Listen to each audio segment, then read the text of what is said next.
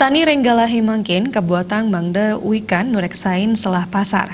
Kabuatan Kreativitas saha Presiden Nandur Tetanduran, sani pengarga ipun ageng miwah akeh keruruh krama. Sedetunggal petani saking Widangan Buleleng Igede Setiawan Adi Putra Mawasang, ring ab jagat sekali Mangkin petani Kabuatan Mangda Kreatif. Yening kanton margiang pola pertanian sekali dumun, saningan elang padi Kimantan, menjantan pamikole ipun nenten agang. Yening petani dumun, tetanduran dumun wau ngeruruh pasar, nangis sani Mangkin petani Kabuatan Mangda ngeruruh pasar dumun, nyelehin pengharga mekudang-kudang tetanduran. Sekali majang bunga matahari sani pengharga ipun a kilogram biji matahari kantos 3 juta rupiah.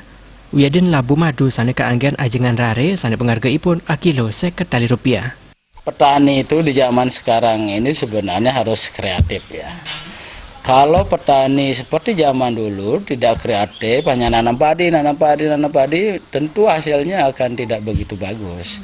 Nah sekarang harusnya cari pasar dulu. Tanaman apa yang mahal di pasaran? Oh sekarang bunga matahari banyak diminati karena indah. Kemudian kita tanam bunga matahari, akhirnya dapat harga yang tinggi ya. 1 kilonya bijinya itu bisa 3 juta kalau kita packaging ya. Berarti harus mengintip peluang pasar. Ya peluang pasar nomor 1 baru kita tanam ya. Jadi kalau petani zaman dulu nanam dulu baru nyari pasar ya. Sekarang pasar.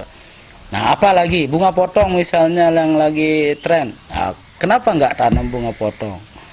Iya misalnya labu madu untuk makanan bayi atau tambahan ASI bagi bayi yang baru belajar makan. Kita tanam itu 1 kilonya 50.000 kan lumayan. Jadi kita nanam sedikit biar untungnya banyak, maka petani zaman sekarang harus pandai melihat pasar. Indrawan Bal TV.